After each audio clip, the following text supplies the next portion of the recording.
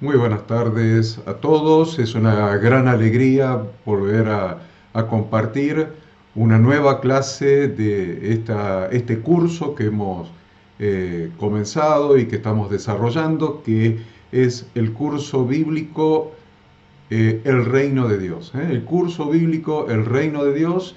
eh, y bueno, es un curso que se compone de dos módulos, módulo uno, módulo 2. El módulo uno está patrocinado por la Fraternidad Internacional de Hombres de Negocios del Evangelio Completo, y realmente estamos muy agradecidos, muy gozosos por la cantidad de personas que se han anotado, se han inscrito en este curso, lo están realizando semanalmente los trabajos prácticos y los están enviando a la facultad para su corrección. Excelentes trabajos prácticos, inobjetables, así que le agradecemos tanto a los hombres de negocios, integrantes de la fraternidad, y también a todos los pastores, líderes, servidores y hermanos que están también participando y presenciando las clases.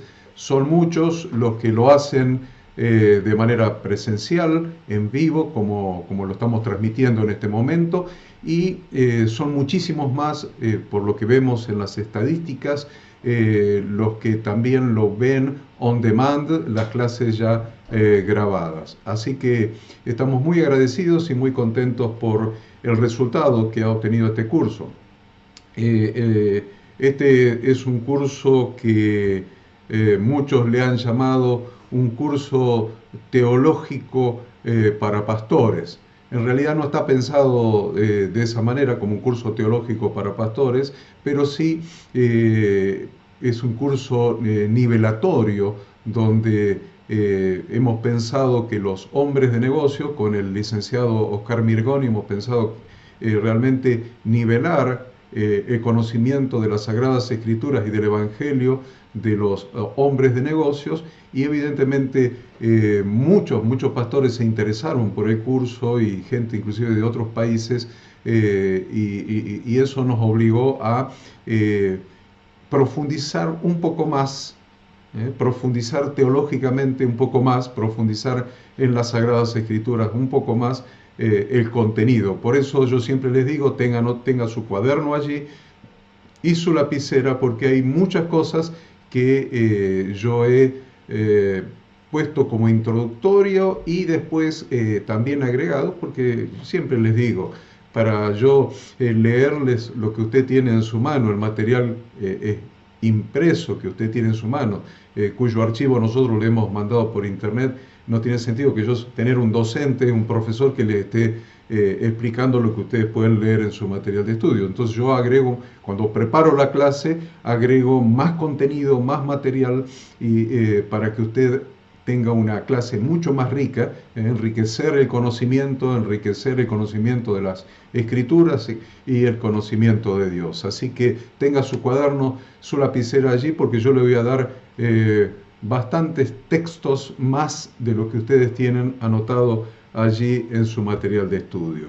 El texto lema de este curso bíblico, Hechos 17:11, ustedes ya se lo saben de memoria, dice: y estos eran más nobles que los que estaban en Tesalónica, pues recibieron la palabra con toda solicitud, escudriñando cada día las escrituras para ver si estas cosas eran así. ¿Cuáles eran las cosas? Las cosas que le estaba enseñando el apóstol Pablo acerca del Evangelio de nuestro Señor Jesucristo, y estos de Berea realmente escudriñaban las escrituras, recibían la palabra con toda solicitud, pero después iban y escudriñaban las escrituras, y esa es la expectativa que nosotros tenemos con cada uno de ustedes, que reciban la palabra con toda solicitud y que luego escudriñan las escrituras.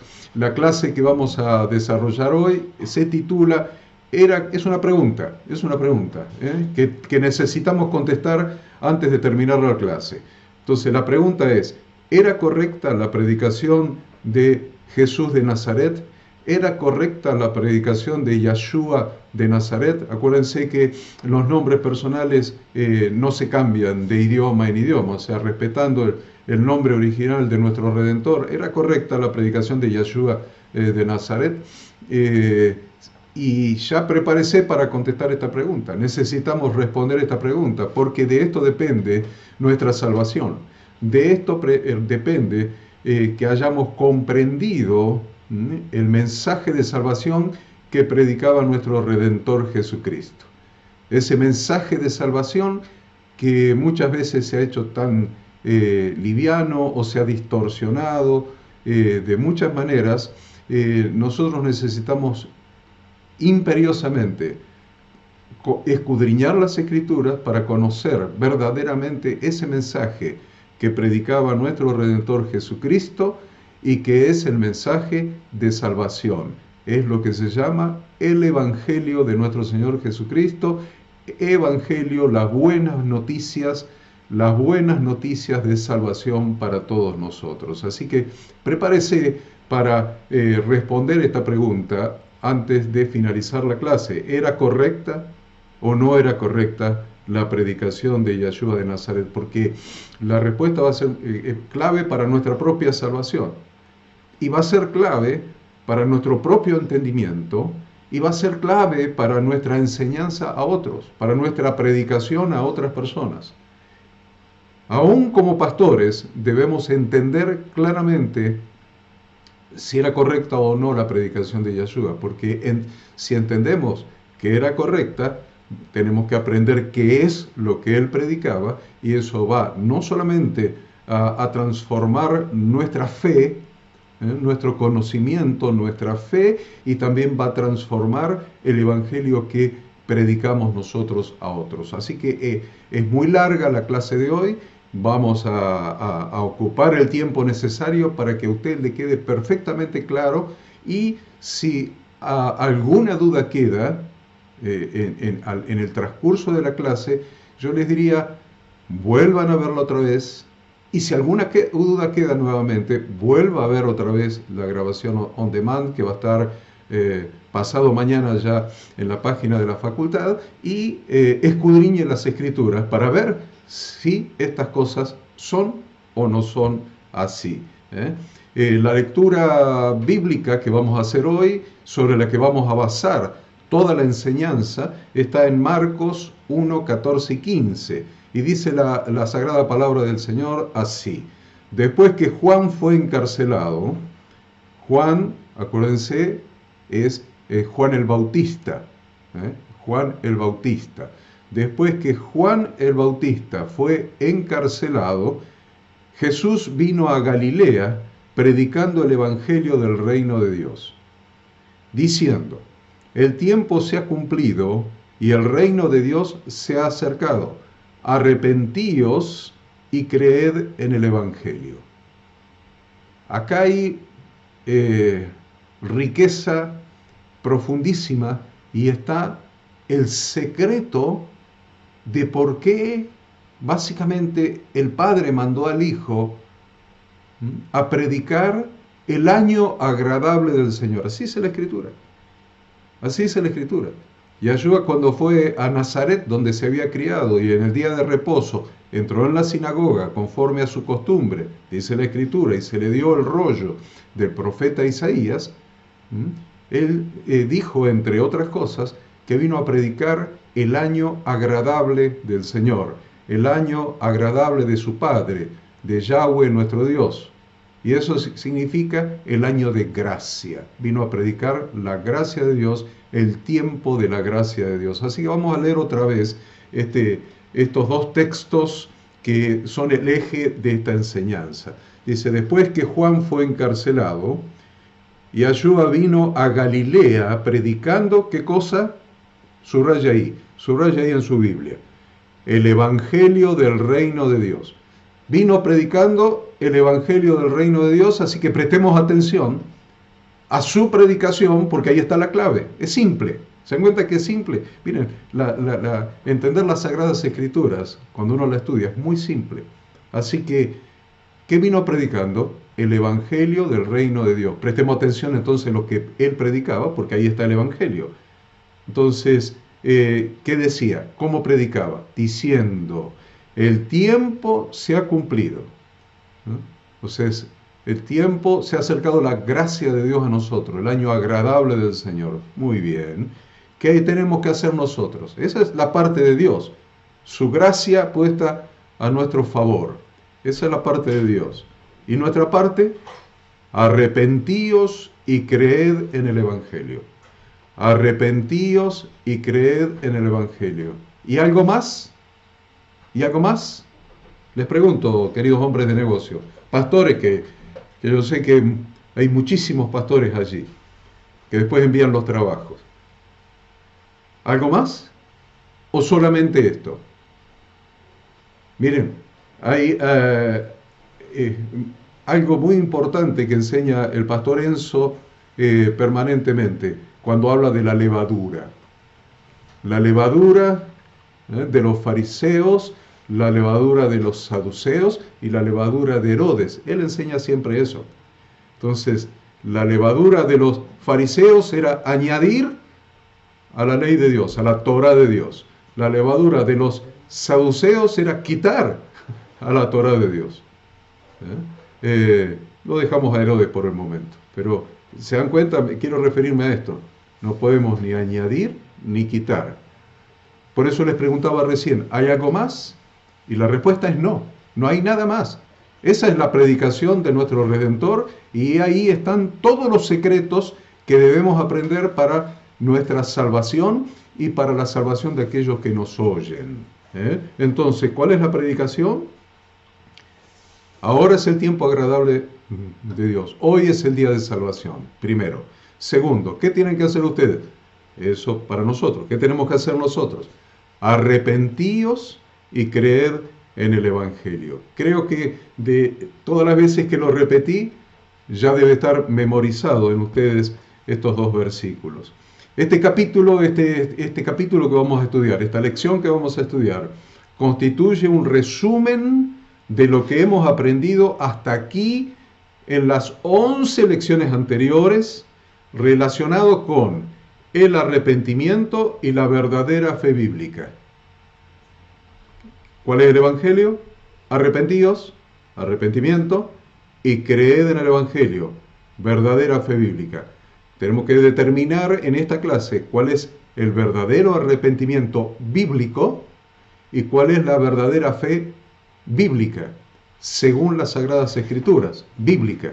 Entonces, lo que vamos a hacer hoy es redondear estos conceptos en cuanto al arrepentimiento y a la verdadera fe bíblica.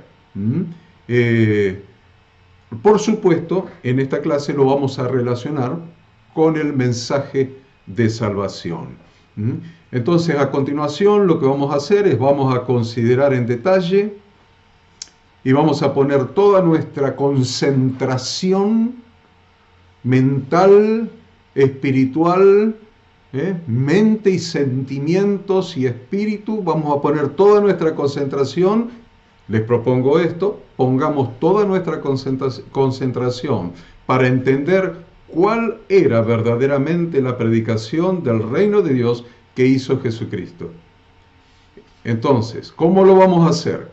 Esto lo vamos a hacer considerando que el Hijo de Dios trajo el mensaje correcto. La pregunta es, ¿la predicación era correcta o no? Entonces ya estamos respondiendo. Vamos a considerar para hacer esta clase y para desarrollar esta clase que el mensaje del Hijo de Dios era correcto. Y si hay algo que nosotros enseñamos o predicamos que difiere del mensaje del Hijo de Dios, lo que está incorrecto no es el mensaje de Él, sino el nuestro. Partimos de esta premisa. Y lo vamos a usar al mensaje de Yeshua como modelo para la predicación que todos nosotros estamos comisionados a realizar. Es la gran comisión, todos nosotros. Y usted dice, pero yo me convertí al Señor hace 6 meses. No importa, estás comisionado a predicar el Evangelio. Por eso es tan importante. Dice, pero yo no soy pastor, soy un hombre de negocios que pertenezco a la Fraternidad Internacional.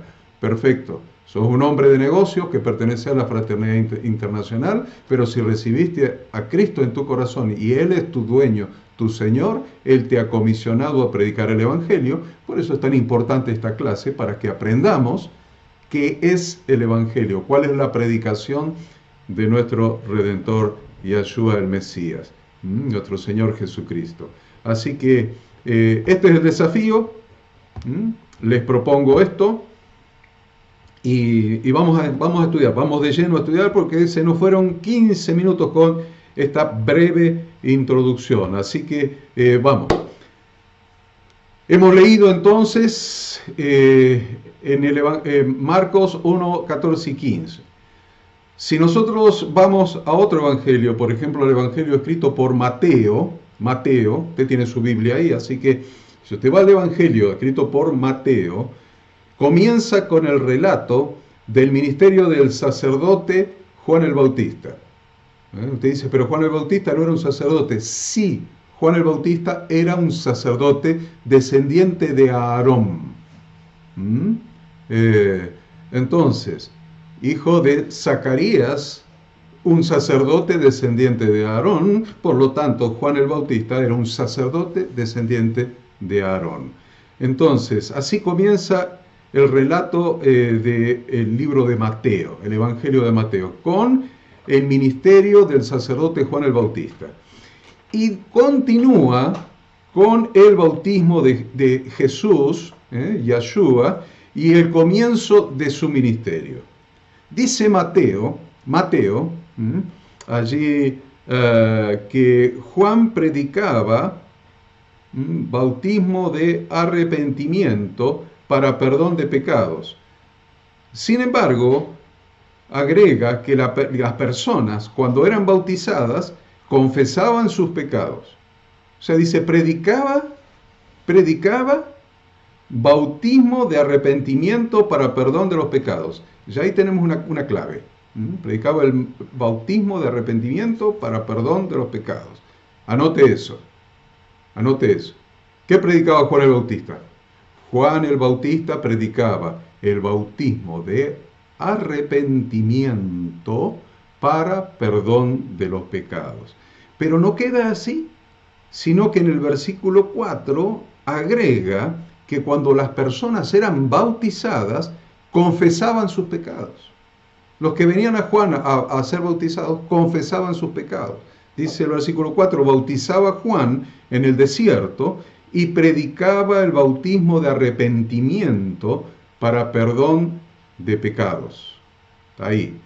Y en el 5, y salían a él toda la provincia de Judea y todos los de Jerusalén, y eran bautizados por él en el río Jordán, confesando sus pecados. O sea, si ya estaban arrepentidos, ¿para qué necesitaban confesar los pecados? Pregunta. Yo los quiero llevar a un razonamiento muy profundo. Si ya estaban arrepentidos y salían para recibir el bautismo de arrepentimiento del sacerdote Juan el Bautista, ¿para qué confesaban los pecados? Entonces, si nos detenemos en esta lectura, si nos detenemos en esta lectura, vamos a observar muy claramente que hay algo en la Escritura que no coincide con lo que la religión nos ha enseñado en relación con el arrepentimiento. Hay algo que acá no está encajando con lo que la religión nos ha enseñado, con lo que significa bíblicamente la palabra arrepentimiento. Porque aquí está diciendo que Juan predicaba el bautismo de arrepentimiento, pero la gente confesaba sus pecados antes de ser bautizados.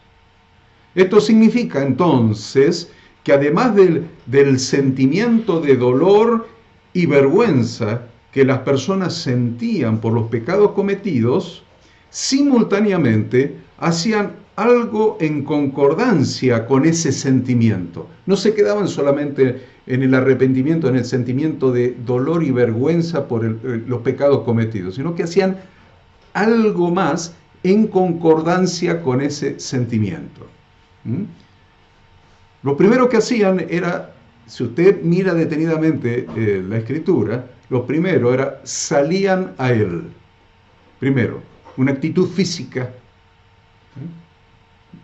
Salían a él. Segundo, confesaban sus pecados. Tercero, eran bautizados. Cuarto, lo hacían en el río Jordán. ¿Por qué pongo como cuarto el que lo hacían en el río Jordán como algo importante? Porque el río Jordán es el símbolo bíblico del cruce para entrar en la tierra prometida.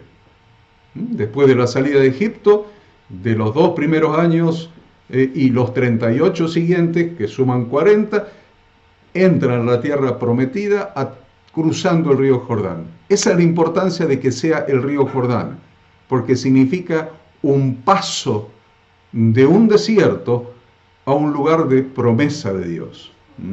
Entonces, del análisis de este pasaje, entendemos que el arrepentimiento bíblico no es simplemente un sentimiento, como lo expresa la definición del diccionario de la lengua castellana, que de la Real Academia Española dice arrepentimiento, sentimiento de pesar por una acción o una omisión pasadas.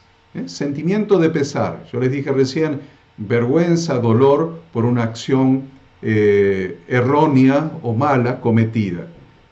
Sin embargo, ya estamos viendo que la palabra arrepentimiento en castellano no coincide con lo que la Biblia llama arrepentimiento. Así que debe haber un problema de traducción en la Biblia de la palabra original en hebreo, un problema de traducción de la palabra original en hebreo que se tradujo como arrepentimiento, pero que mirando la definición del diccionario no hay una coincidencia. Así que vamos a tener que ir a ver cuál es la palabra original en hebreo y qué significa esa palabra en hebreo. Entonces, y vamos a ver la fe también, porque Yeshua dijo, Jesucristo predicaba, arrepentíos y creed. Entonces, arrepentimiento y fe. Arrepentimiento y fe, arrepentíos y creed en el Evangelio. Entonces, así como el arrepentimiento bíblico en hebreo no es la palabra arrepentimiento, la palabra fe, la fe bíblica, tampoco es simplemente creencia. Como se entiende habitualmente en la religión. No es solamente creencia, creer en información. ¿Crees que Jesús nació en Belén, ahí en una azúcar? Sí, lo creo. Ah, sí, ¿cree que anduvo haciendo milagros? Sí. ¿Que murió, que resucitó, ascendió? Sí. Y eso no salva a nadie, porque eso es creencia en información. Vamos a estudiar profundamente estos dos conceptos, lo que es el verdadero arrepentimiento bíblico y lo que es la verdadera fe bíblica, porque la Escritura es muy clara en cuanto a la salvación. El fin de vuestra fe es la salvación de vuestras almas, dice la Escritura. Después usted búsquelo en su concordancia. El fin de vuestra fe es la salvación de vuestras almas.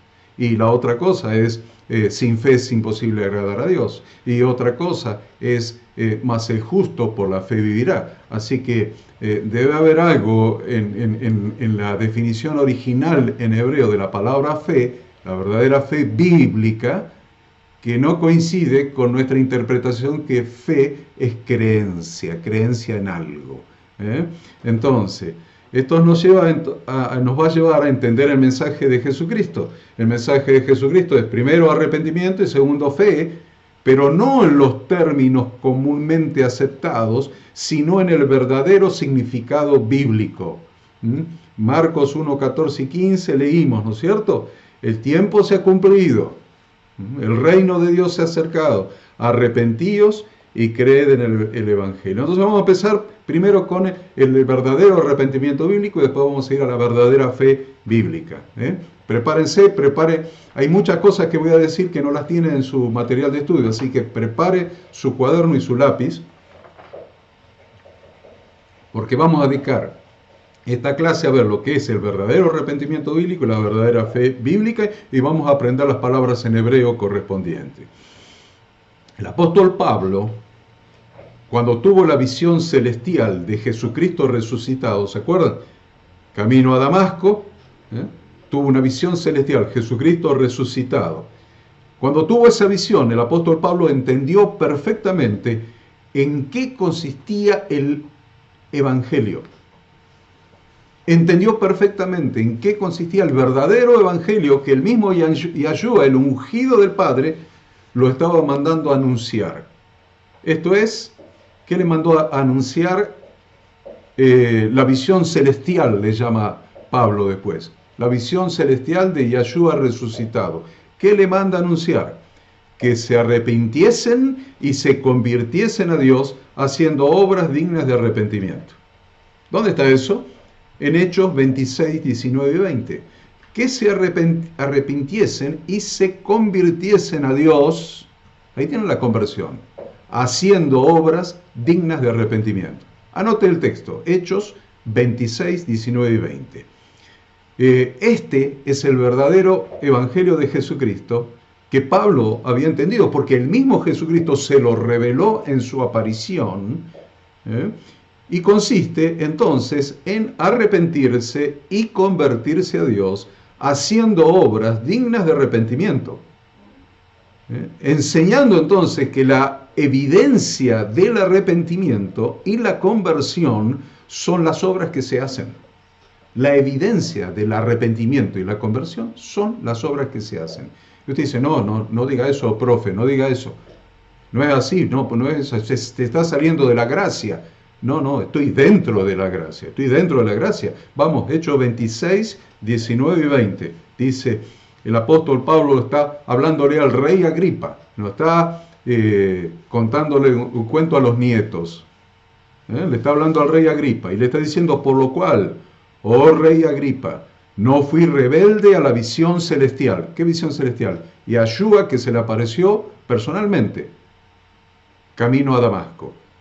Sino que anuncié primeramente a los que están en Damasco y en Jerusalén y por toda la tierra de Judea y a los gentiles que se arrepintiesen y se convirtiesen a Dios haciendo obras dignas de arrepentimiento. Interesante, ¿no es cierto? El Santo Espíritu de Dios, a través de Pedro, lo dejamos a Pablo por un momento, vamos a Pedro. El Santo Espíritu de Dios, el día de Pentecostés, a través de Pedro, lleno del Espíritu Santo, también predicó el verdadero arrepentimiento bíblico, como la primera condición para recibir el perdón de los pecados y recibir el regalo del Espíritu Santo. Hechos 2, 37 y 38. Dice, al oír esto, se compungieron de corazón y dijeron a Pedro y a los otros apóstoles, varones hermanos, ¿qué haremos? Pedro les dijo, arrepentíos y bautícese cada uno de vosotros en el nombre de Jesucristo para perdón de los pecados y recibiréis el don del Espíritu Santo. Interesante. ¿Lo había notado usted? Arrepentíos, pero no arrepentidos con lo que dice el diccionario, sino con la palabra en hebreo, que ahora la vamos a ver, la palabra en hebreo, arrepentíos, el verdadero arrepentimiento bíblico, y bautícese cada uno de vosotros en nombre de Jesucristo para perdón de los pecados, y recibiréis el don del Espíritu Santo. Y alguno me dirá, pero ¿y dónde está la fe? ¿No era arrepentimiento y fe? Es que la fe está. Ya la fe estaba en ellos, porque ellos ya habían creído que Yahshua era el Mesías, enviado por Dios, el ungido de Dios, el ungido del Padre. Ya lo habían creído, por eso le dice, ahora ¿qué tenemos que hacer? Y ahora lo que tienen que hacer es un verdadero arrepentimiento bíblico, un bautismo en el nombre de Yahshua para identificarse con su maestro, con su rabino Yahshua, y empiecen a hacer obras dignas de arrepentimiento. El verdadero arrepentimiento bíblico, como la primera condición para entrar en el reino de Dios, debe quedar claro en nuestro entendimiento. Es la primera condición. La palabra hebrea para arrepentimiento es teshuvah. Teshuvah. ¿Se la deletreo? T-E-S-H-U B corta A con acento en la A. Teshuvah. Teshuvah en hebreo significa literalmente, la palabra que en su Biblia, en mi Biblia, está traducida como arrepentimiento, el verbo conjugado en cualquiera de las formas que usted lo tenga allí, en realidad es la palabra teshuvah que significa retorno, Por lo tanto, cuando hablamos de arrepentimiento bíblico, estamos hablando de conversión, de cambio de rumbo. Íbamos para allá, cada vez más lejos de Dios, y ahora retornamos. Eso es conversión. Cambiamos el rumbo y retornamos a Dios. ¿Se entiende? Espero que sí. Conversión, cambio de dirección, retorno. Eso es lo que significa la palabra teshuvá, que es traducida como arrepentimiento.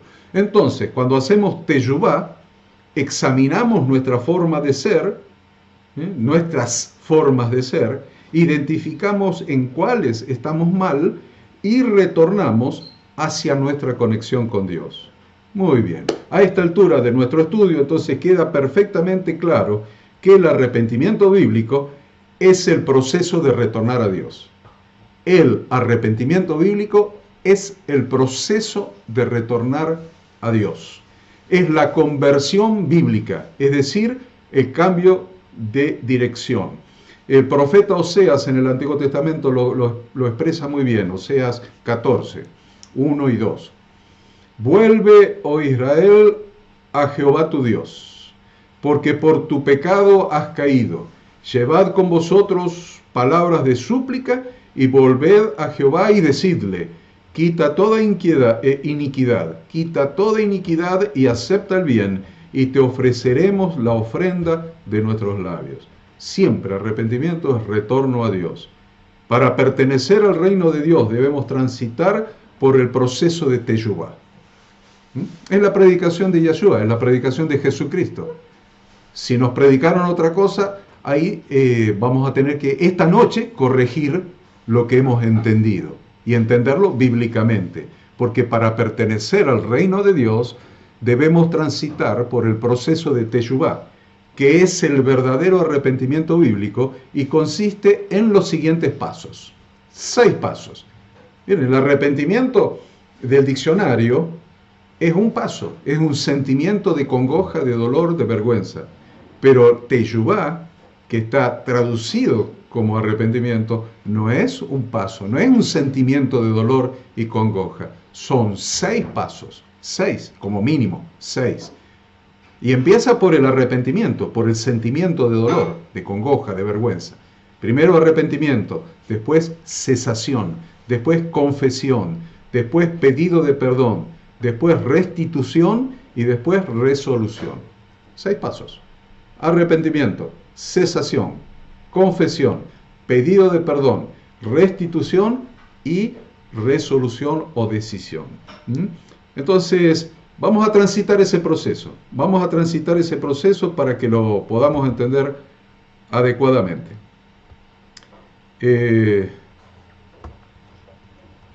Anote porque esto no lo tiene en su material de estudio. Vamos a transitar el proceso de teshuvá. Dijimos arrepentimiento, cesación, confesión, pedido de perdón, restitución y resolución. Vamos a usar un modelo bíblico. Siempre vamos a aprender lo que tenemos que hacer en nuestra relación con Dios de su palabra, de su santa palabra, la palabra que Él inspiró para dejarnos instrucciones a nosotros de cómo tenemos que hacer las cosas. Entonces, en la historia contada por Jesús, que es denominada habitualmente parábola del hijo pródigo, el Señor explicita muy claramente el proceso de teshuvá. Si usted mira Lucas 15, 18 y 19, dice, el hijo pródigo, cuando estaba en el chiquero de los chanchos, allí muerto de hambre, dijo, me levantaré e iré a mi padre y le diré, Padre, he pecado contra el cielo y contra ti, ya no soy digno de ser llamado tu hijo, hazme como a uno de tus jornaleros. Ahí está la clave, en esa parábola que Yeshua enseñó.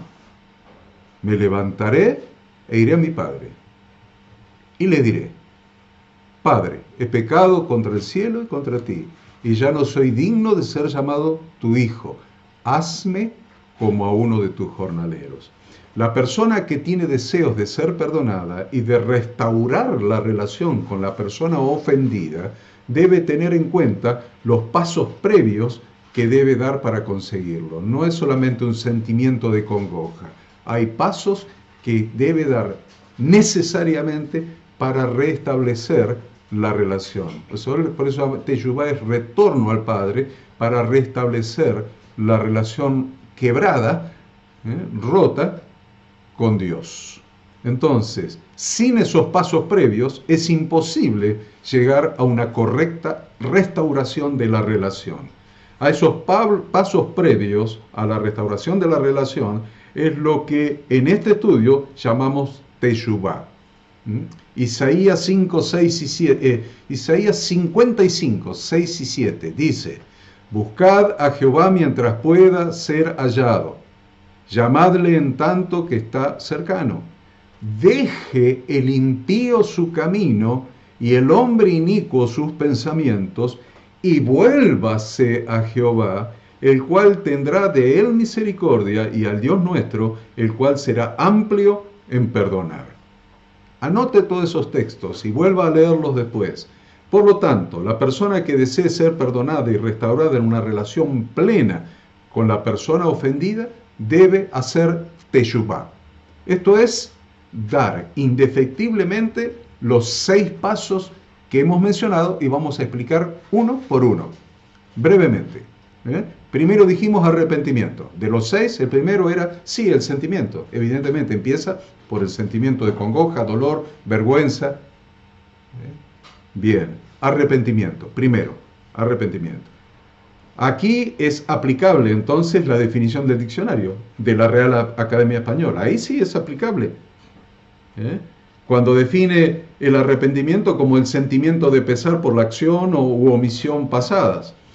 Esto fue lo primero que tuvo lugar en el corazón del hijo pródigo, que hablábamos recién. Es el primer paso que constituye el disparador para los siguientes. Arrepentimiento es una profunda convicción de que en las mismas circunstancias nunca, jamás volvería a hacer lo mismo que hice, de lo cual estoy arrepentido. Si yo tengo una duda de si en la misma circunstancia volvería a hacer lo mismo, no estoy arrepentido. Es una convicción que conlleva un sentimiento de profundo dolor y vergüenza por el error cometido o por la actitud asumida. Romanos 2:4 al 11, anote, o Romanos 2:4 al 11 se los leo. O menospreciáis las riquezas de su benignidad, paciencia y longanimidad, ignorando que su benignidad te guía al arrepentimiento. La gracia de Dios, su misericordia, su benignidad, su paciencia, su longanimidad, ¿a dónde te guía? Dice Romanos 2:4. Te guía al verdadero arrepentimiento bíblico. Y ya no le vamos a llamar más arrepentimiento, le vamos a llamar teshuvá. Su benignidad, su paciencia, su longanimidad te guía a la teshuvá. Pero por tu dureza y por tu corazón no arrepentido, atesoras para ti mismo ira para el día de la ira y de la revelación del justo juicio de Dios, el cual pagará a cada uno conforme a sus obras. Vida eterna a los que perseverando en bien hacer buscan gloria, honor e inmortalidad, pero ira y enojo a los que son contenciosos, discutidores, cuestionadores, y no obedecen a la verdad, sino que obedecen a la injusticia. Tribulación y angustia sobre todo ser humano que hace lo malo, al judío primeramente y también al griego, pero gloria y honra y paz a todo aquel que hace lo bueno, al judío primeramente y también al griego, porque no hay acepción de personas para con Dios. Notemos en el pasaje que acabamos de leer que los no arrepentidos son contenciosos y no obedecen a la verdad, sino que obedecen a la injusticia. Los que no hacen teshuvá, vamos a ponerlo ahora que entendemos lo que es, los que no hacen teshuvá son contenciosos, discutidores, cuestionadores, y no obedecen a la verdad, sino que obedecen a la injusticia. Tengamos en cuenta que algunos sinónimos de contencioso son polemista, discutidor, porfiado, criticador, litigante, querellante, y algunos sinónimos de desobediente, o sea, que no obedece a la verdad, es rebelde, indisciplinado, indócil, insubordinado, insumiso, desmandado, independiente, protestador. Sin embargo, el arrepentimiento no es realmente posible. El arrepentimiento no es realmente posible, a menos que podamos distinguir claramente entre el bien y el mal. Si tenés mezclado en tu cabeza qué es bueno y qué es malo, y empezás a llamarle bueno a lo malo y a lo malo llamarle bueno, como dice la palabra de Dios, ahí tenés un problema. Es necesario distinguir claramente entre el bien y el mal. De lo contrario, solamente racionalizaríamos y nos engañaríamos para llegar a pensar que no hemos hecho nada malo o que lo que hicimos no estuvo tan malo. Los estándares de nuestra sociedad, que constantemente van cambiando, contribuyen a esa falta de claridad. Por lo tanto, para hacer un proceso de teshuvá que nos lleve de retorno al Padre, lo debemos hacer a través de la Torá, a través de las instrucciones de Dios, para que nuestra vida dé en el blanco. Porque si no, la sociedad va cambiando sus estándares permanentemente, entonces lo que ayer era malo, hoy ya no es malo. Y lo que hoy es malo, mañana no será malo. Pero Dios no cambia, Dios es inmutable. Dios es el mismo ayer, hoy, por los siglos. Su palabra es la verdad y no cambia su palabra. Por lo tanto, necesitamos como referencia usar la instrucción de Dios, la Torá de Dios como referencia para discernir qué es malo y qué es bueno para Dios. Para lograrlo adecuadamente es imprescindible entonces que vos y yo conozcamos las Sagradas Escrituras cada vez más profundamente. El primer paso de teshuvá es el reconocimiento de haber cometido un error. Lo primero. Si no sé, pienso que no es un error, ¿de qué me voy a arrepentir? Entonces, el primer paso de teshuvá es el reconocimiento de haber cometido un error. El pecado aleja a la persona de Dios y lo lleva en una dirección contraria al propósito fundamental. Teshuvá implica reconocer que hemos actuado mal y que lo que hemos hecho nos duele, por lo que estamos dispuestos a cambiar para mejor siguiendo las instrucciones de Dios. Este primer paso de teshuvá es, de hecho, el más crucial, ya que a menos que una persona se sienta arrepentida, posiblemente continuará con sus formas erradas, equivocadas. Primer paso entonces, arrepentimiento, el primero de la teshuvá. ¿Qué es lo que predicó Yeshua? Toda la teshuvá, toda, no solamente el primer paso. El segundo es cesación. Cesación. Lo segundo en la actitud del hijo pródigo fue su decisión de me levantaré e iré a mi padre. Fue su decisión de levantarse e ir a su padre. Este levantarse y emprender el retorno implica, obviamente, dejar de hacer lo que se estaba haciendo mal. Se levantó y volvió. Dejó de hacer lo que estaba haciendo. Entonces, llamamos cesación, o sea, cesar, a dejar de hacer lo malo, a dejar de hacer lo equivocado que hicimos o que veníamos haciendo. Dejar, cesación. Cesación significa entonces abandonar el pecado, es decir, parar inmediatamente la acción perjudicial. Es la etapa donde el cristiano detiene sus malos hábitos, deja sus pecados atrás y comienza a buscar una nueva forma de actuar alineada con las instrucciones de Dios. ¿Te imaginas pedirle perdón a alguien mientras continúas haciéndole mal al mismo tiempo? Le estás pidiendo perdón y seguís haciéndole el mismo mal que le venías haciendo, por lo cual le estás pidiendo perdón. Es una incongruencia absoluta. Si no se detiene la mala acción, ni siquiera todas las buenas intenciones del mundo podrían ayudar. Entonces, vimos arrepentimiento, cesación. Tercero, confesión. Confesión. Lo tercero en la actitud del hijo pródigo fue su decisión de confesar al Padre que había pecado contra el cielo y contra él. La confesión debe ser específica, es decir, no debe ser genérica del tipo, si en algo he ofendido a alguien, pido perdón. Eso es un verso. La persona que ha pecado sabe perfectamente cuál es su falta, principalmente porque el Espíritu Santo es el que lo redarguye de pecado, así que no hay duda, no tiene duda la persona de cuál es su pecado. Articular el error y pedir perdón es admitir los errores de una manera humilde. El que pide perdón se está humillando. ¿Mm? Y se humilla y muestra su aflicción, según la Torá, con una actitud sincera. Al admitir nuestro error, debemos articularlo verbalmente ante quien hayamos ofendido. Si hemos ofendido a Dios, a un tercero o a nosotros mismos.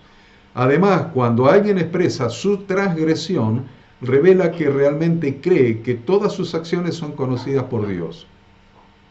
Y no actúa como si Dios no hubiera visto lo malo que hizo.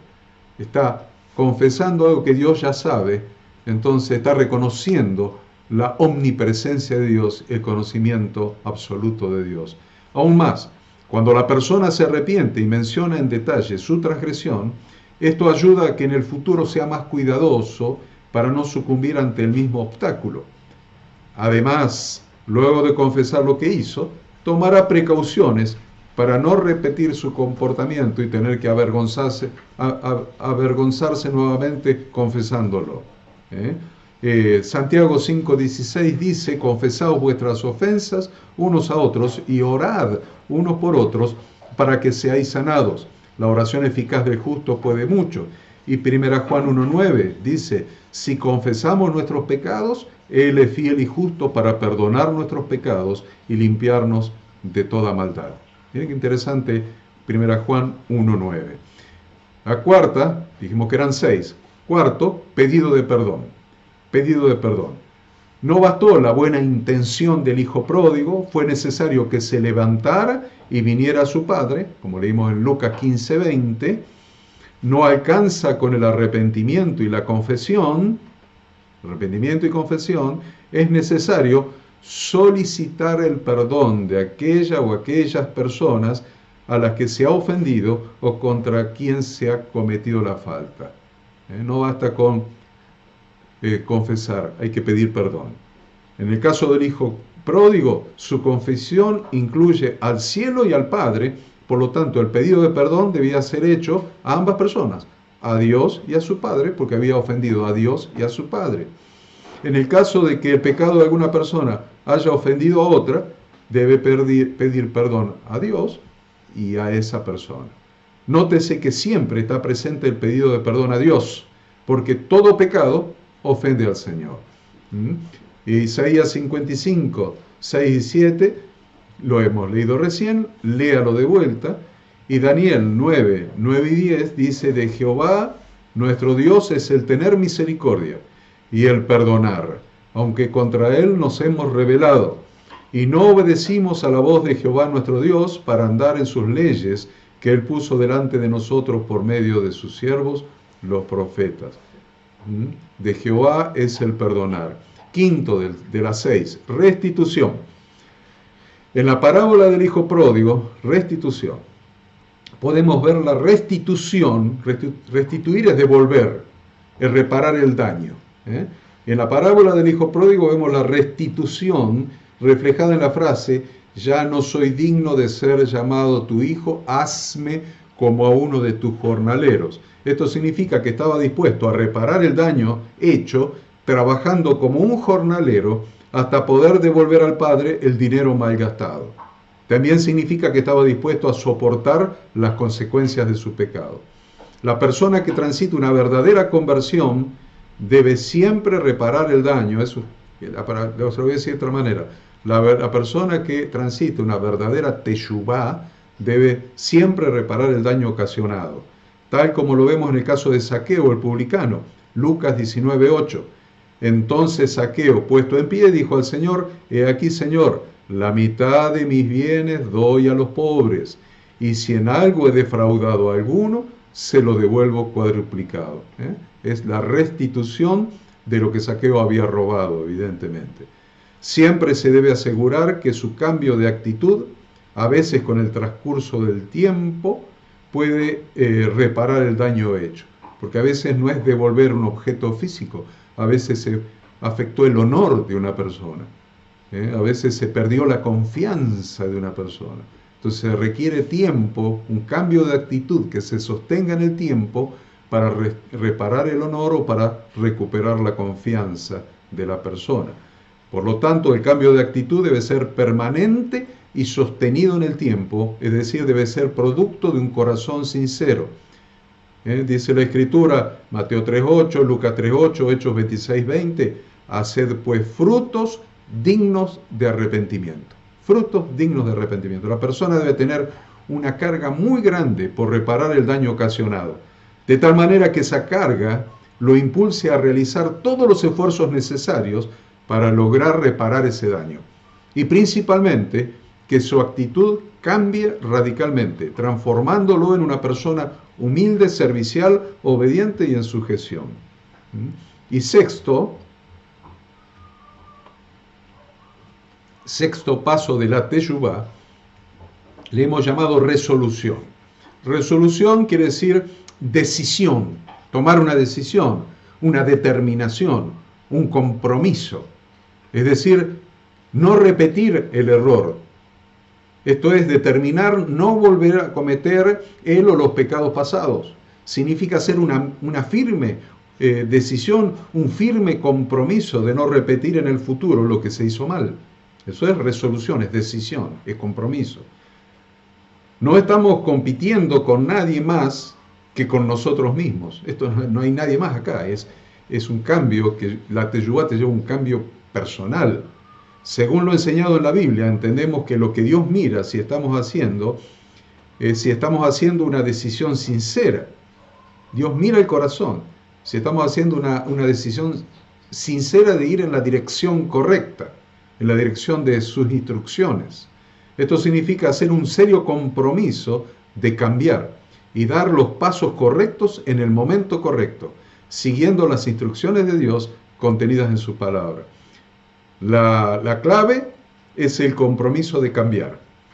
Debes tener en cuenta las situaciones en las que puedes tropezar y mantenerte a una distancia prudente y segura de las cosas que te pueden hacer caer en los mismos errores.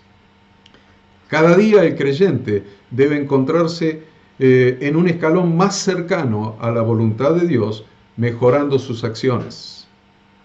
Este es el impulso de la teshuvá. Cada vez más cerca, en ese camino de retorno, cada vez más cerca de Dios. Este es el impulso de la teshuvá o verdadero arrepentimiento bíblico. No hay un verdadero arrepentimiento bíblico sin una resolución firme de abandonar el pecado. Les voy a dar algunos textos para que ustedes anoten. Obviamente no lo van a poder anotar probablemente así ahora cuando lo diga, van a tener que rever cuando esté subido esto grabado, pero les doy las referencias bíblicas. Referencias bíblicas de la teshuvá. Marcos 1, 14 y 15. Hechos 3, 19 al 21. Segunda Pedro 3, 9. Lucas 5, 32. Lucas 24, 44 al 48. Hechos 11, 18. Hechos 2, 38. Tito 2 del 11 al 15. Salmos 50, 23. Hemos entendido una parte de la predicación de Yeshua, del Evangelio, que es arrepentíos y creed en el Evangelio. Teshuvá, ahora ya entendemos que dice, hagan teshuvá y verdadera fe bíblica.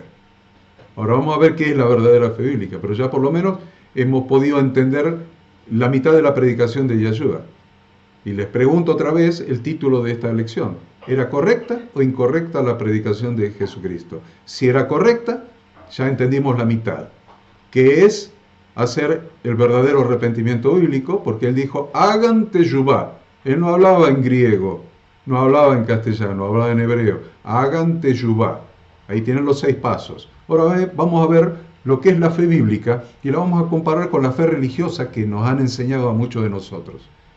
En el mundo religioso se le otorga un poder especial y sobrenatural a lo que se llama la fe mística, aceptada como creencia religiosa, entendiendo esto como tener la convicción acerca de algún milagro La convicción acerca de un milagro, la convicción de que va a suceder algo sobrenatural, que ustedes quieran. No quiero dar ejemplos para no ofender a nadie. Este tipo de creencia mística se basa principalmente en una incorrecta interpretación de algunos textos bíblicos. Este tipo de creencia tan predicado en la religión tradicional se basa en una incorrecta hermenéutica, en una incorrecta exégesis de las Sagradas Escrituras. ¿De qué textos? De Hebreos 11.1, que dice, es pues la fe, la certeza de lo que se espera y la convicción de lo que no se ve. O 2 Corintios 5.7, que dice, porque por fe andamos, no por vista. Entonces, descontextualizando esos textos,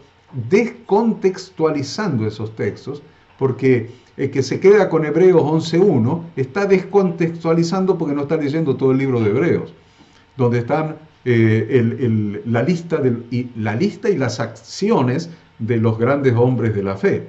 Entonces, la descontextualización hace que cualquiera crea en cualquier cosa. Cualquier fantasía. Entonces, creo en una fantasía, entonces después la fe, la certeza de lo que se espera, la convicción de lo que no se ve, entonces materializo cualquier fantasía en el nombre de Dios o en el nombre de Jesucristo. Eso hay que desarraigarlo de nuestra conciencia, de nuestra concepción. Eso no es la fe que predicó Jesucristo, no es la predicación del Evangelio, no es la fe del Evangelio, no es la fe que te salva. Olvídate de eso. No se trata de aceptar fantasías religiosas, sino todo aquello que está definido claramente en las Sagradas Escrituras. Eso es lo que hay que aceptar. Porque las fábulas religiosas tienen su objetivo en el ego. Fíjate, todas las cosas que te venden en la religión, y que vos tenés que creer en esto, todo se refiere al ego de las personas. Mientras que las Sagradas Escrituras no se centran en el ego de las personas, sino que se centran en Dios. Se cambió el centro, ya no es más el ego, es Dios. La fe bíblica, o verdadera fe, es la traducción de la palabra hebrea emuná. Ya le estoy dando otra palabra, emuná. Se escribe E-M-U-N-A con acento en la A, emuná, que es traducida en nuestras Biblias en idioma castellano simplemente como fe. Pero no es tan simple. El significado es mucho más profundo. Al igual que sucede con la palabra teshuvá, que es traducida simplemente como arrepentimiento, la palabra emuná significa muchísimo más que simplemente creencia, como lo entendemos nosotros, de acuerdo con nuestra formación religiosa. Emuná no significa simplemente creencia, porque entenderlo de esa manera sería incompleto, porque con ese concepto podríamos llegar a validar cualquier tipo de fábula o cualquier tipo de invento mentiroso. La palabra hebrea emuná literalmente significa, vamos a la palabra hebrea, y es la que usó Yahshua. Si no tenés teshuvá y emuná, hoy es el día de hacer teshuvá y empezar a caminar en emuná.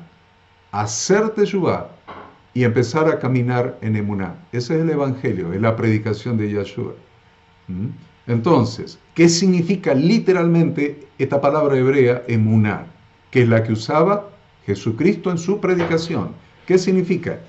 Firmeza, seguridad, fidelidad, lealtad y veracidad. Se lo repito.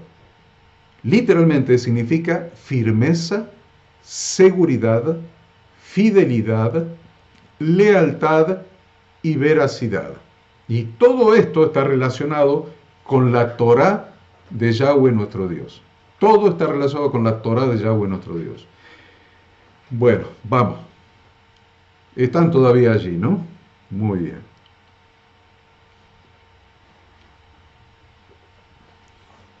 En el sentido espiritual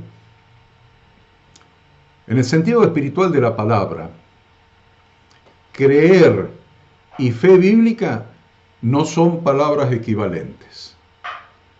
Vamos otra vez. En el sentido espiritual de la palabra, creer y fe bíblica no son palabras equivalentes. Si así fuera, las Escrituras no contendrían, por ejemplo, el siguiente texto, Santiago 2:19, donde habla de creer. A ver, Santiago 2:19 dice, ¿tú crees que Dios es uno? Bien haces. También los demonios creen y tiemblan. Y a menos que entendamos el verdadero evangelio de Jesucristo y el significado de lo que Él predicó, lo que significa la palabra que Él usó como fe, emuná, en el cielo o en el otro lado vamos a estar junto con los demonios, porque acá la Escritura dice que los demonios creen. ¿Se dan cuenta que hay una incongruencia en lo que nos han enseñado? Hay una incongruencia, hay una disociación del sentido espiritual del significado de las palabras. De aquí se desprende entonces que los demonios, de este texto que leímos, ¿tú crees que Dios es uno? Bien haces. También los demonios creen y tiemblan. De este texto se desprende que los demonios creen, pero no tienen fe bíblica. Bueno, lo voy a decir de otra manera, ya entendimos la palabra emuná. De acá se desprende que los demonios creen, pero no tienen emuná, que es la que es necesaria para entrar en el reino de Dios. De esta manera vemos que la Biblia enseña claramente que no es suficiente con creer, inclusive no es suficiente con creer aunque se crea en Dios, porque la mayoría de la humanidad cree en Dios. No es suficiente con creer aunque se crea en Dios. Todos los cristianos que han leído las Escrituras o que han escuchado predicar durante años en su iglesia local, conocen muy bien que no alcanza con creer, que ese tipo de fe por sí sola no basta, porque han leído a Santiago 2:17. Santiago 2:17 dice, así también la fe, si no tiene obras, es muerta en sí misma. Así también la fe, si no tiene obras, es muerta en sí misma. Emuná tiene que ver con creencia y práctica. Vamos otra vez. Emuná, lo que se traduce como fe al castellano, emuná en hebreo tiene que ver con creencia y práctica. Primero debemos escuchar la voz de la palabra de Dios, es decir, debemos escuchar la verdad de la palabra de Dios y luego llevar el conocimiento al corazón para que se materialice como nuestro estilo de vida.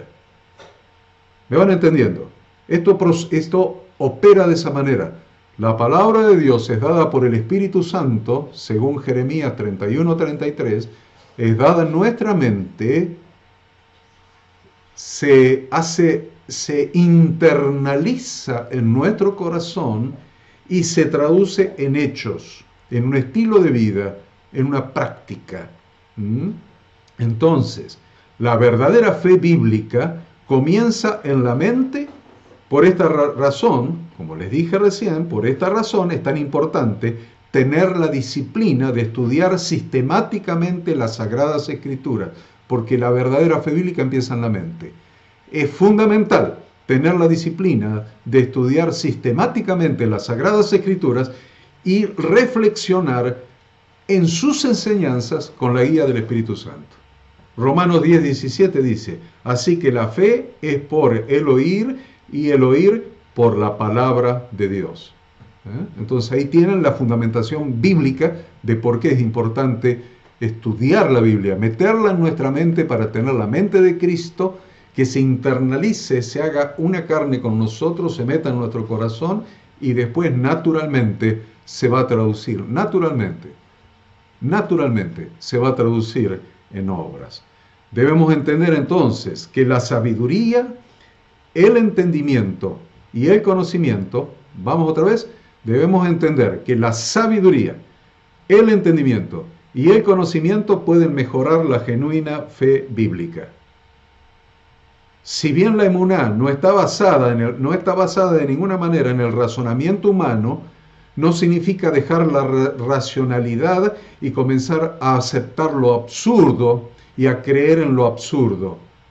Pero en un sentido profundo, la emuná siempre, acuérdense, siempre va a superar el razonamiento humano. Siempre supera el razonamiento cuando creemos en lo que Dios revela en su palabra.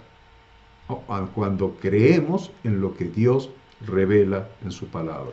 Vamos a ver la fe bíblica y su relación con las Sagradas Escrituras. Rápidamente, queridos hombres de negocio y pastores, líderes, servidores, creyentes. Fe bíblica y Sagradas Escrituras. Diríamos, ya estamos en condiciones de decir emuná y Sagradas Escrituras. Haremos aquí un pequeño paréntesis entonces para que cada uno de ustedes pueda realizar un ejercicio. Vamos a hacer un ejercicio práctico. Cada uno de ustedes lo invito a que realice un pequeño ejercicio práctico. Les voy a hacer algunas preguntas. Y luego que las respondas, arribaremos a la conclusión de este capítulo y terminaremos la lección de hoy. Pero necesito que respondas estas preguntas. Primera pregunta, ¿qué es la fe? Segunda pregunta, ¿es posible agradar a Dios sin fe? Tercera pregunta, ¿todos los que tienen fe agradan a Dios? Cuarta pregunta, ¿es posible tener verdadera fe bíblica sin conocimiento de las Sagradas Escrituras? Quinta pregunta, ¿qué es lo que hay que conocer para tener verdadera fe bíblica?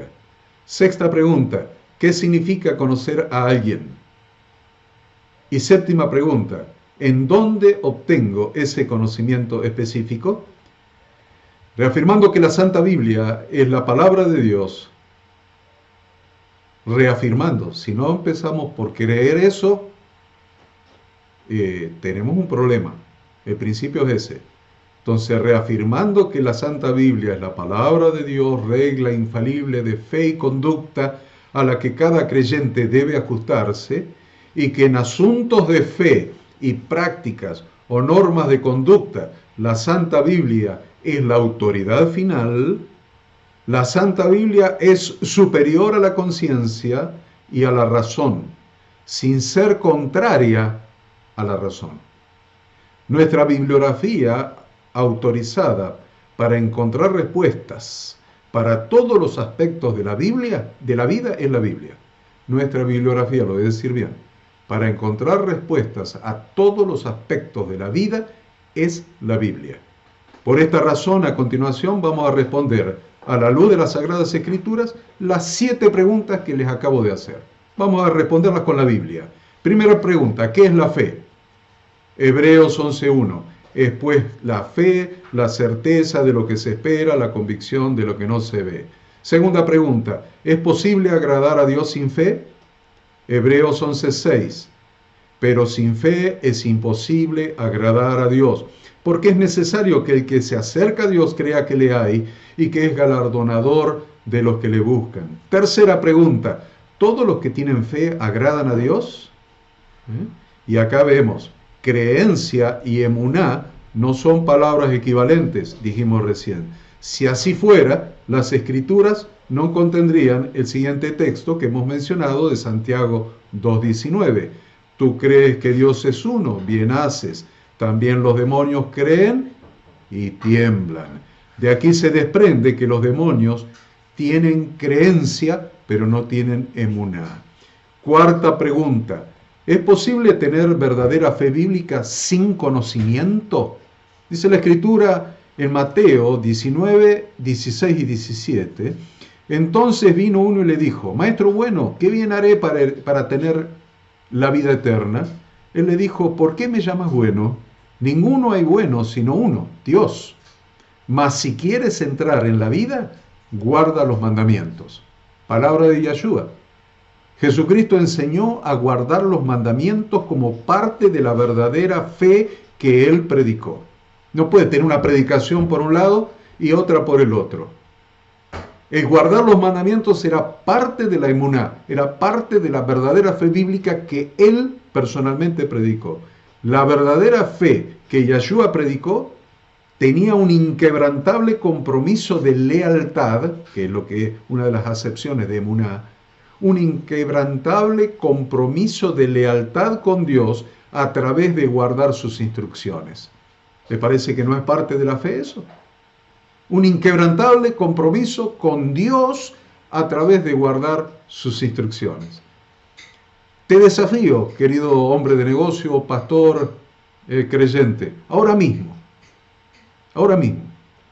vamos a hacer, te hago este desafío, ya, tenés cuaderno, tenés lápiz, te desafío a que ahora mismo pongas a prueba tu verdadera fe bíblica. Te propongo que tomes un papel y escribas de memoria los 10 mandamientos de Dios, nada más que eso. No te digo que escribas el Pentateuco completo. Los 10 mandamientos, nada más, de Dios. Los que fueron escritos con el propio dedo de Dios sobre tablas de piedra en el monte Sinaí. Porque Yahshua dijo, si quieres entrar en la vida, si quieres entrar en la vida eterna, guarda los mandamientos. La propuesta es simple, nada más que 10 mandamientos. Ahí tenés tu cuaderno, tenés tu lápiz. Pones 1, 2 y escribí los 10 mandamientos. Si no, hoy es el día de hacer teshuvá y de empezar a caminar en una verdadera emuná, que es lo que te trae de retorno al Padre y te trae a la vida eterna. Miremos otra instrucción de Jesucristo, por ejemplo, en relación con el conocimiento correcto de la Torá de su Padre y de la vida eterna, en Lucas 10, 25 y 26. Y aquí un intérprete de la ley se levantó y dijo para probarlo: Maestro, ¿haciendo qué cosa heredaré la vida eterna? Él le dijo: que está escrito en la ley. ¿Cómo lees? ¿Qué cosa haré para heredar la vida eterna? ¿Qué está escrito en la ley? ¿Cómo la interpretas? ¿Cómo entendés lo que está escrito? Fue la clase pasada. Por eso hemos tomado este texto lema en esta materia, porque la Biblia menciona a los hermanos de Berea como más nobles que los que estaban en Tesalónica, pues recibieron la palabra con toda solicitud, escudriñando cada día las Escrituras para ver si estas cosas eran así. Y esto mismo tuvo relación directa con su fe bíblica, pues creyeron muchos de ellos. Creyeron muchos de ellos. Nosotros hemos leído, para ver si estas cosas eran así, es el texto lema, pero si usted va al versículo siguiente, al versículo 12, Hechos 17, 12, va a ver el resultado de recibir la palabra con solicitud y escudriñar las Escrituras. Dice: así que creyeron muchos de ellos, y mujeres griegas de distinción, y no pocos hombres. ¿Qué es lo que produjo la fe, la verdadera fe bíblica? Recibieron la palabra con toda solicitud y escudriñaron las Escrituras. Cuarta pregunta fue esa. Quinta pregunta: ¿qué es lo que hay que conocer para tener verdadera fe bíblica? Que queda casi contestado, ¿no? Dice la Escritura que los que no tienen la palabra del Padre morando en ellos, no creen. Eso dice la Escritura, que los que no tienen la palabra del Padre morando en ellos, no creen, es decir, no tienen verdadera fe bíblica en Jesucristo. Juan 5:37 al 40. También el Padre que me envió ha dado testimonio de mí. Nunca habéis oído su voz. ¿Cuál es su voz? Sus instrucciones, la Torá. Entonces dice: nunca habéis oído su voz, ni habéis visto su aspecto, ni tenéis su palabra morando en vosotros. Porque a quien Él envió, vosotros no creéis. ¿Cuál es la consecuencia de no tener la Torá de Dios morando en el corazón? No tener emuná, no tener fe en Yahshua. Escudriñar las Escrituras, dice. Escudriñar las Escrituras. Porque a vosotros os parece que en ellas tenéis la vida eterna, y ellas son las que dan testimonio de mí. Y no queréis venir a mí para que tengáis vida. Sin duda que la verdadera fe bíblica que da la vida eterna consiste en conocer a Yahweh y a Jesucristo. Conocimiento. Juan 17:3. Y esta es la vida eterna, que te conozcan a ti, el único Dios verdadero, y a Jesucristo, a quien has enviado. La oración de Yahshua, Juan 17. Sexta pregunta, acuérdense que son 7. ¿Qué significa conocer a alguien? ¿Qué significa conocer a alguien? Vamos a ver en Mateo 7, 21 al 23. ¿Qué significa conocer a alguien? Dice, no todo el que me dice Señor, Señor, entrará en el reino de los cielos, sino el que hace la voluntad de mi Padre que está en los cielos. Muchos me dirán en aquel día, Señor, Señor, ¿no profetizamos en tu nombre? Y en tu nombre echamos fuera demonios, y en tu nombre hicimos muchos milagros. Y entonces les declararé, nunca os conocí, apartaos de mí, hombres sin Torá. Es lo que significa la traducción correcta de hacedores de maldad. Apartaos de mí, hombres sin Torá, sin instrucción de Dios. En esta escritura, hacedores de maldad, entonces, se debió haber traducido como hombres sin ley o hombres sin Torá. Por lo tanto, aquellos que no obedecen las instrucciones de Dios contenidas en su santa palabra, no conocen a Jesucristo, ni son conocidos por Él. Lea otra vez los versículos. En Lucas 6, 46 al 49, lo vuelve a decir, ¿por qué me llamáis Señor, Señor, y no hacéis lo que digo? Léalo, Lucas 6, del 46 al 49. Séptima pregunta. ¿En dónde obtengo ese conocimiento específico? Queda evidenciado. Juan 5, 24. De cierto os digo, el que oye mi palabra y crea el que me envió, tiene vida eterna y no vendrá condenación, mas ha pasado de muerte a vida. Juan 6, 68.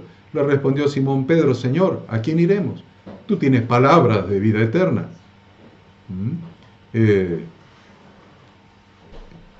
Y lean Juan 12, del 47 al 50.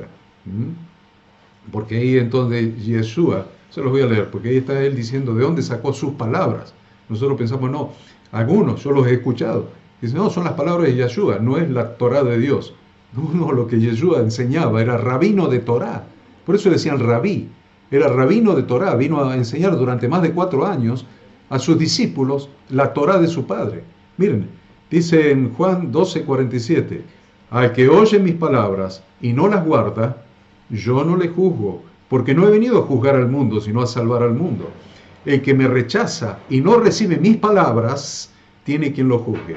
La palabra que he hablado, ella le juzgará en el día postrero, porque yo no he hablado por mi propia cuenta. El Padre que me envió, Él me dio mandamiento de lo que he de decir y de lo que he de hablar. Y sé que su mandamiento es vida eterna. Así pues, lo que yo hablo, lo hablo como el Padre me lo ha dicho. La verdadera interpretación de la Torá es Yahshua, porque es la Torá hecha carne. Es el logos en griego, es la Torá en hebreo, hecha carne. Y se hizo carne y habitó y tabernaculizó entre nosotros. Podemos afirmar sin temor a equivocarnos que la fe bíblica, la emuná, la verdadera fe bíblica, la emuná, no existe si no está fundamentada en la palabra de Dios. La verdadera fe bíblica no es que creas en fantasías religiosas. La verdadera fe bíblica que te hace salvo, que te da la salvación, que te da la vida eterna, no existe si no está fundada en la palabra de Dios. Dice Mateo 4:4. Yahshua, Jesucristo, respondió y dijo, escrito está, no solo de pan vivirá el hombre, sino de toda palabra que sale de la boca de Dios. En el mundo, en todos los tiempos, ha habido personas de fe. Algunos de ellos de muchísima fe, con creencias fuertes y firmes convicciones. Algunos con esa intensa fe y esa profunda y firme fe en sí mismos, seguros de sí mismos. Otros, fe en algo superior pero indefinido. Otros, fe en ídolos. Otros, fe en amuletos. Otros, fe en cábalas. Otro, fe en otras personas. Muchas veces religiosos, fe en personas religiosas, en ministros. Otro, fe en gobiernos humanos o en sistemas políticos humanos. Fe en instituciones, incluyendo las instituciones religiosas. etc. Otros tienen fe por la fe misma. Tengo fe por la fe misma. Creen que algo va a suceder o algo no va a suceder. Inclusive tienen fe positiva y fe negativa. Fe negativa es creer que algo malo va a suceder. Entonces, hemos leído que sin fe es imposible agradar a Dios. Hebreos 11:6. Nos deberíamos preguntar cuál de todos estos tipos de fe es el que nos hace que agrademos a Dios. Entonces nos surge el interrogante en relación con que si podría ser posible tener verdadera emuná sin que esté basada en la Biblia, que es la palabra de Dios. Y ahí tienen la respuesta. No existe la fe que agrada a Dios si no está basada en su palabra.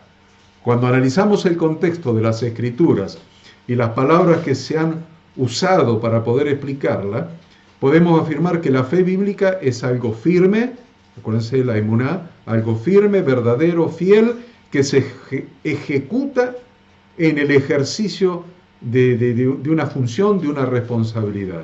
Tiene relación con creer, con confiar, con verificar, con seguridad, con ser estable, con estar confirmado, y tiene que ver con obras alineadas con la fe.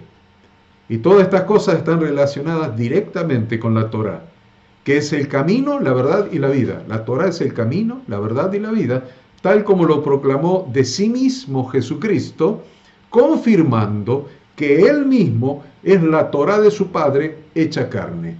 Aquel que no cree en la Torá no cree en Jesucristo. Y si alguien dice la Torá está abolida, está diciendo Jesucristo está abolido, porque Jesucristo es la Torá hecha carne. La Torá de Yahweh Dios es donde están reveladas sus leyes, sus decretos, sus mandamientos, sus estatutos, sus ordenanzas, todos estos que son sus instrucciones, que son el camino seguro por los cuales el ser humano que ha depositado su confianza en el Dios del universo debe caminar. Por eso es que cuando decimos amén, por ejemplo, ¿qué quiere decir amén? Ustedes dicen amén, amén, están orando y dicen amén. ¿Qué quiere decir amén? Amén tiene la misma raíz que emuná, la misma raíz que emuná. Entonces, cuando decimos amén, estamos confirmando la verdad de lo que se ha dicho. Estamos confirmando que la oración, que lo que alguien dijo, está coincidente con la Torá, porque la palabra amén tiene la misma raíz que emuná. ¿Se dan cuenta cómo vamos entendiendo muchas cosas? El espíritu de fe bíblica, emuná, tiene como única fundamentación a la palabra de Dios y se expresa conforme a lo que la palabra dice. 2 Corintios 4:13. Pero teniendo el mismo espíritu de fe, conforme a lo que está escrito, creí, por lo cual hablé, nosotros también creemos, por lo cual también hablamos. Esto significa que el espíritu de fe proclama la verdad de la palabra de Dios, y de ahí no se mueve, con certeza de la esperanza y convicción de lo invisible a los ojos de la carne. Entonces de ahí podemos afirmar que la fuente de la verdadera fe bíblica se encuentra al escudriñar las Sagradas Escrituras. Jesús oró al Padre ahí en Juan 17:17, fácil. Juan 17:17. ¿Qué oró Jesús? Santifícalos en tu verdad. Tu palabra es verdad. La fe solamente viene y se desarrolla por el oír la palabra de Dios. A la medida que uno escucha con su corazón la palabra de Dios, tendrá la capacidad para tener fe y el Espíritu nos guiará a toda verdad. Su palabra es verdad. La Torá, que son las instrucciones de Dios para que la vida de sus hijos den en el blanco, es confirmada por la verdadera fe bíblica. Miren, la Torá. A ver, Romanos 3:31, para que lo anote. Romanos 3:31. Cópielo, péguelo con un imán en la ladera de su casa.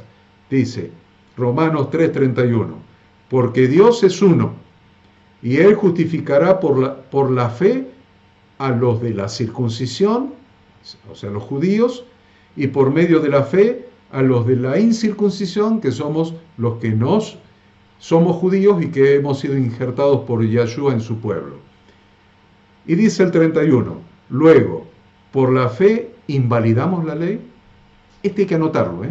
Luego dice, por la fe invalidamos la Torá, por la fe invalidamos la Torá, en ninguna manera, sino que confirmamos la Torá. Romanos 3:31. Finalmente, vamos a decir que el pecado y la fe van por caminos diferentes y distantes el uno del otro, porque el pecado no se sujeta a la palabra de Dios, sino que es infracción a sus instrucciones, infracción a la Torá.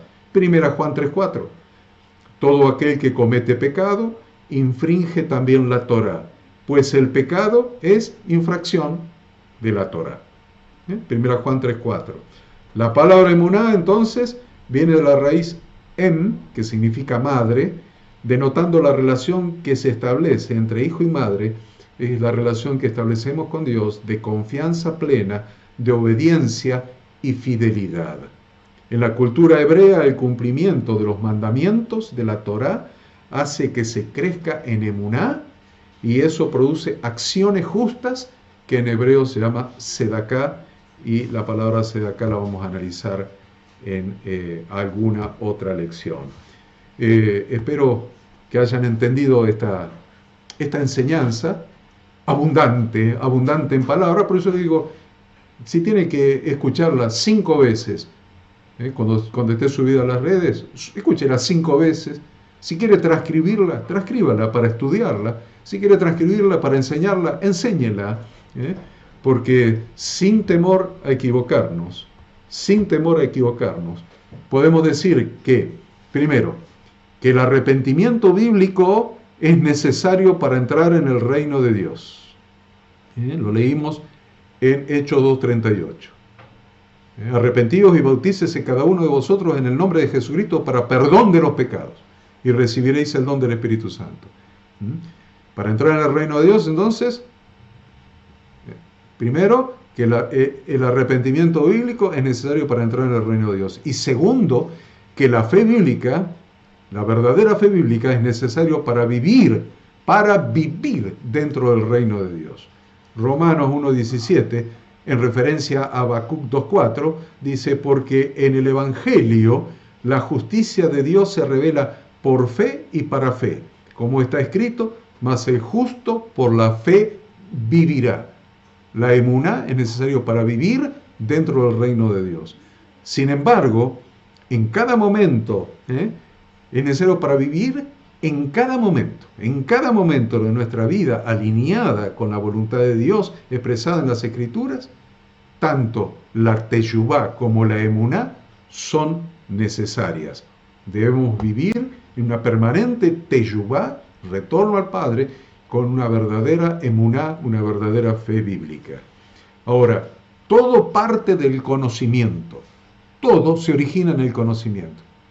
Aún cuando te predicaron el Evangelio, conociste a Yahshua, conociste a Jesucristo, conociste al Redentor. El conocimiento es el primer paso, el conocimiento. Luego, ese saber, ese conocimiento se va transformando en verdadera fe bíblica. Debemos comenzar por conocer el camino de retorno al Padre, Teshuvá. Una vez que conocemos que ese camino es Jesucristo y solamente Jesucristo, a través de la redención que compró para nosotros, pagando el precio con su propia sangre, retornamos a la casa del Padre. Y cuando retornamos a la casa del Padre, estamos retornando a un lugar donde se obedecen sus leyes y se vive de acuerdo con sus instrucciones, su Torá, y esto es producto de la verdadera fe bíblica, emuná. Entonces, pasemos en limpio este camino. Pasemos en limpio el camino que predicó Yeshua. Primero, conocer a Jesucristo y recibirlo como nuestro Redentor y el ungido de Dios para reinar.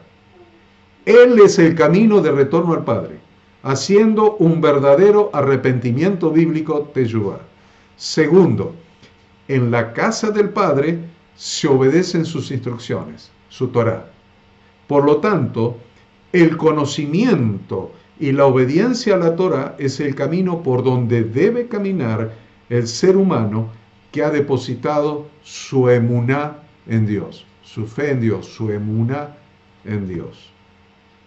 Entonces, comienza en nuestro ser interior la manifestación de una plena y permanente presencia de Dios en nuestras vidas a través de su Santo Espíritu, que es quien da la palabra de Dios en nuestra mente y la escribe en nuestro corazón, como se lee en Ezequiel 36, 26 y 27, y en Jeremías 31, 33, que ya hemos referido.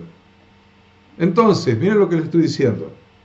En vez de ser meramente una creencia intelectual, la verdadera fe bíblica debiera ser definida como el acto de ser fiel o leal. Anote esas palabras. No es una creencia intelectual, ni creencia en fantasías. Es un acto de ser fiel o leal. Es el requisito básico de cualquier relación sana y requiere un constante refuerzo. Por eso la emuná requiere un constante y permanente refuerzo. Hasta aquí nomás la enseñanza de hoy. Espero haber sido lo suficientemente claro. Les repito, no es una enseñanza simple para la mayoría de ustedes, porque la mayoría de ustedes no han sido enseñados de esta manera.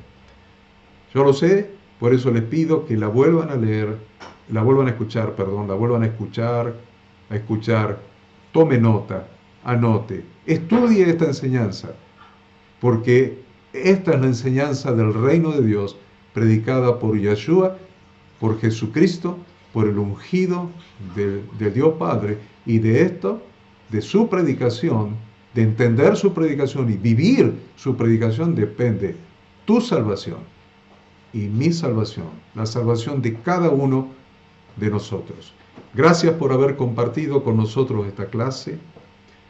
Los esperamos la próxima semana para continuar aprendiendo juntos. Dios los bendiga y Dios los guarde. Amén.